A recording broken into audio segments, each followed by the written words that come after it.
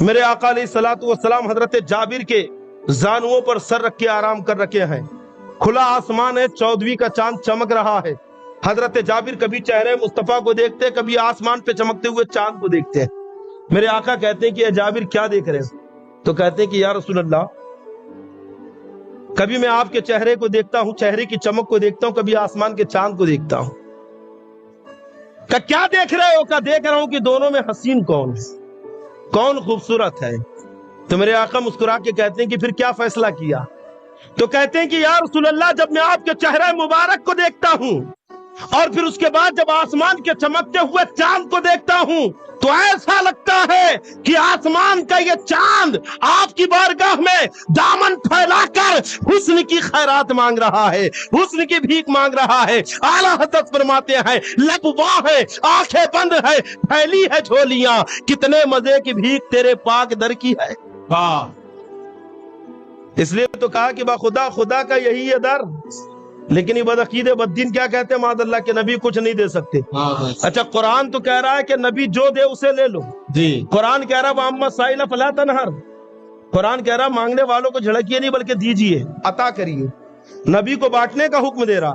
میرے آقا علیہ السلام فرماتے ہیں کہ وَاللَّهُ يُؤْتِي وَإِنَّمَا أَنَا الْقَاسِمُ، اللہ تقسیم کرتا ہے، اللہ دیتا ہے اور میں تقسیم کرتا ہوں، اللہ عطا کرتا ہے میں بانٹتا ہوں۔ لیکن بدعقیدے کہتے ہیں کہ نبی کچھ نہیں دے سکتے۔ بولو معاذ اللہ۔ رب فرما رہا ما آتاکم الرسول فخذوہ وما نہاکم عنہ فانتہوا۔ آپ یہ نہ سوچنا کہ ذکر کا موضوع چھیڑا تھا، یہ نبی کی تعریف میں کہاں سے آ گیا؟ نبی کی تعریف بھی اللہ کا ذکر ہے، بے شک، اور پہلے ہی کہہ دیا تھا کہ اللہ کا ذکر اور نبی کی تعریف دونوں ہوگی آج انشاءاللہ، کیونکہ کل سے حضرت صدیق اکبر رضی اللہ تعالیٰ عنہ کی بارگاہ میں خراج عقیدت پیش کریں گے۔ سبحان اللہ، کل جناب صدیق اکبر رضی اللہ تعالیٰ عنہ کی عظمت کا بیان ہوگا انشاءاللہ۔ انشاءاللہ۔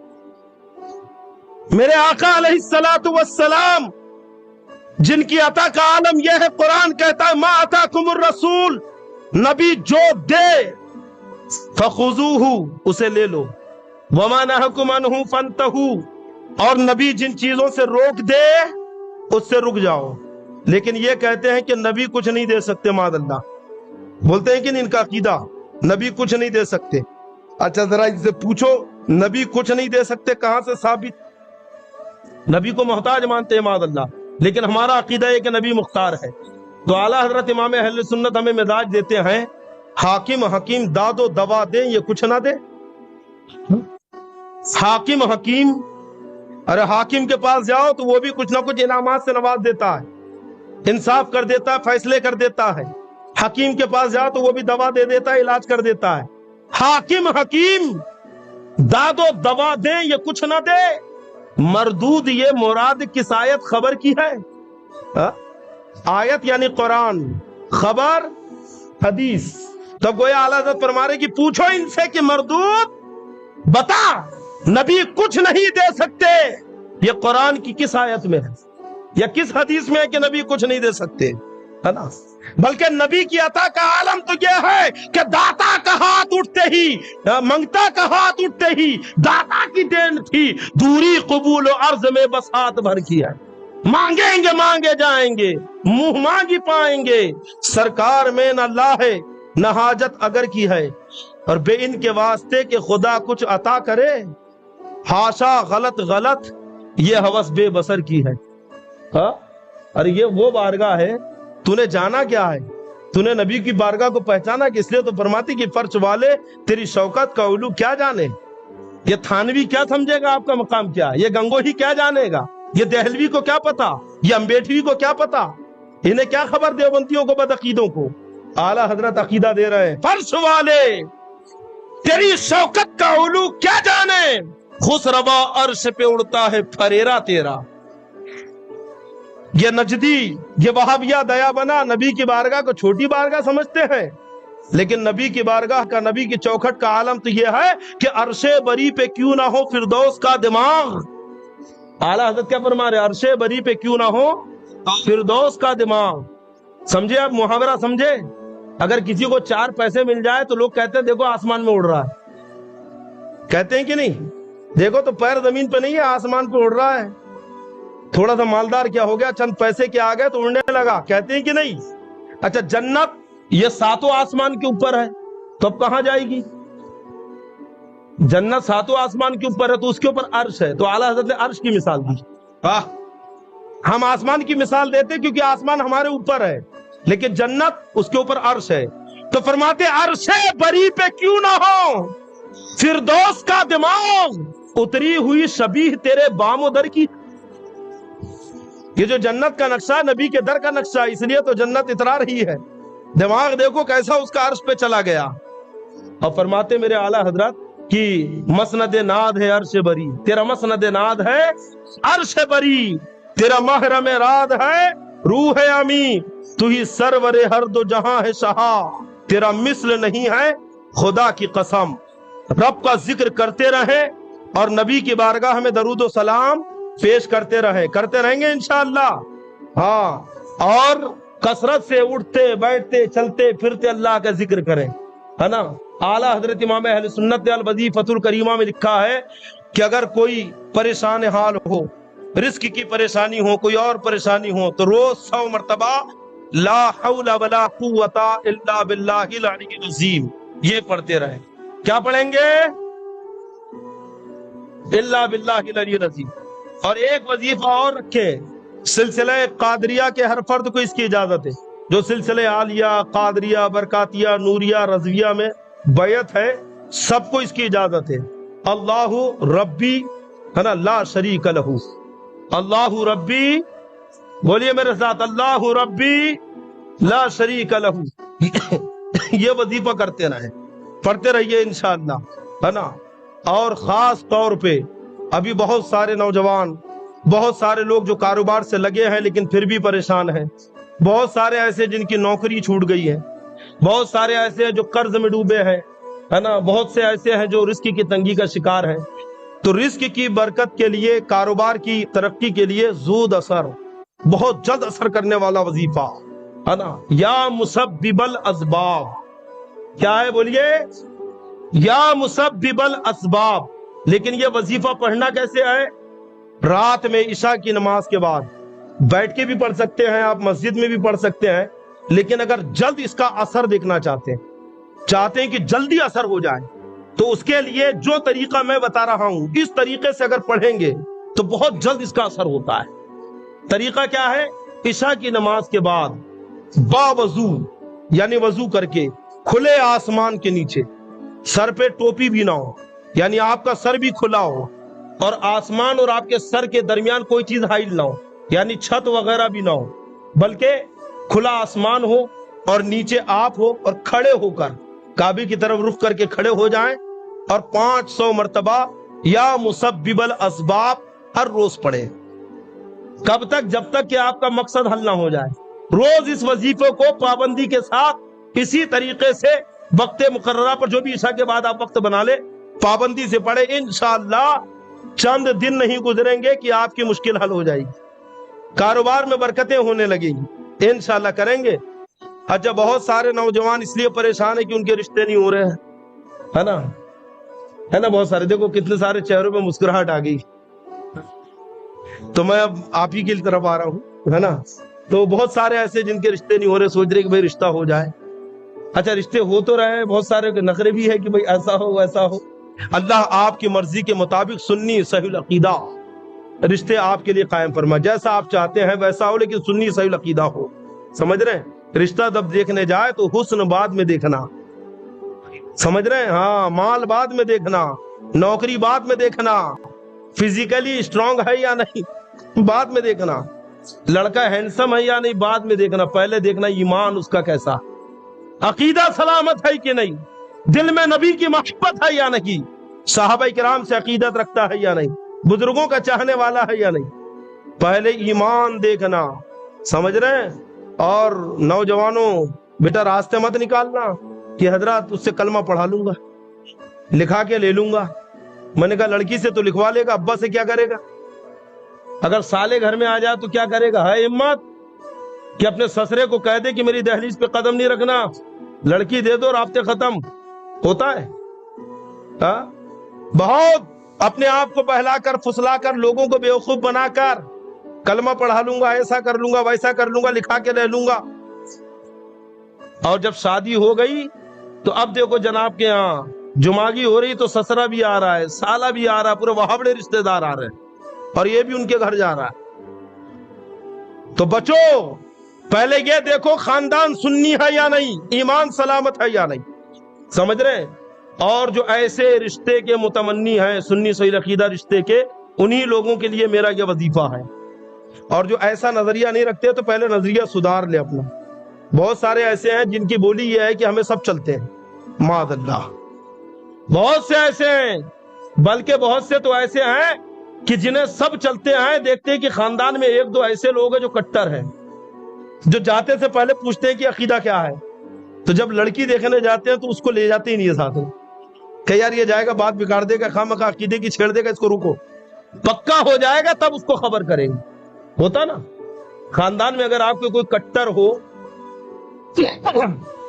جو وہابی کو اپنے سامنے بیٹھنے بھی نہ دے، اگر خاندان کے لوگ لڑکی دیکھنے جائے تو ایسے کو روک دیتے ہیں، کہتے رکو اسے، ابھی خبر مت کرو، کیونکہ لڑکی کا چچا وہاں بڑا ہے، اس کا ایک ماموں بدعقیدہ ہے، وہاں بات بگڑ جائے گی، رشتہ نہیں ہوگا، ہے نا؟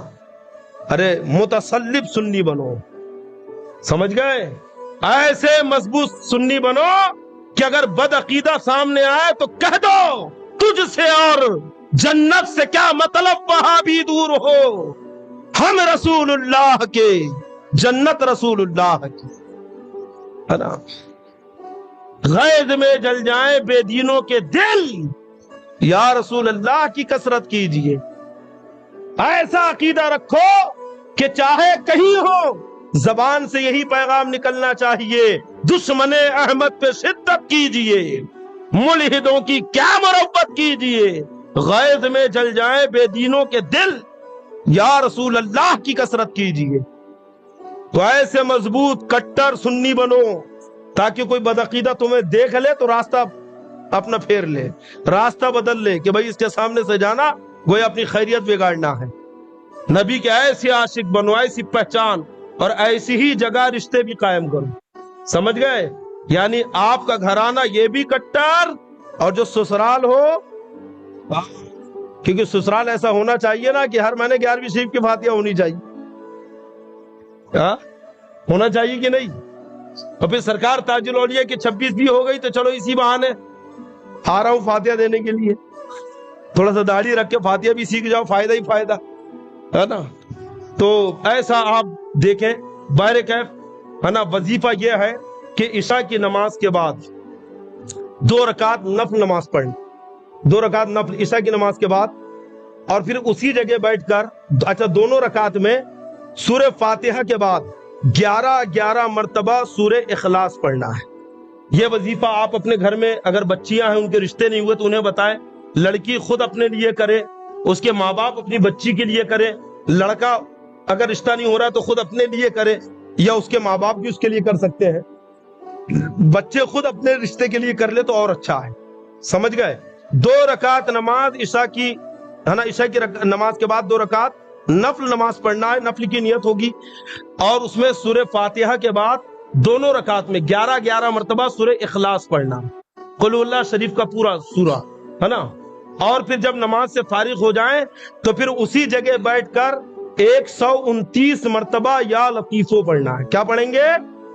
یا لطیفو، 129 مرتبہ، سمجھ گئے؟ 129 مرتبہ یا لطیفو پڑھنا ہے، اور پھر اس کے بعد اپنے رشتے کے لیے، یا آپ اپنے بھائی کے، بہن کے یا بیٹی کے رشتے کے لیے کر رہے ہیں تو ان کے رشتے کے لیے آپ دعا مانگ۔ یہ وظیفہ آپ روز کریں انشاءاللہ، ہے نا؟ چند دنوں کے اندر بہت اچھی خبر اور بہت اچھا رشتہ، سنی صحیح عقیدہ رشتہ، ہم تو یہ دعا کریں گے، ہے نا؟ آپ کی دہلیز پر آئے گا، آپ کی بیٹی کے لیے یا جو لڑکا نوجوان اپنے لیے کر رہا ہے اس کے لیے۔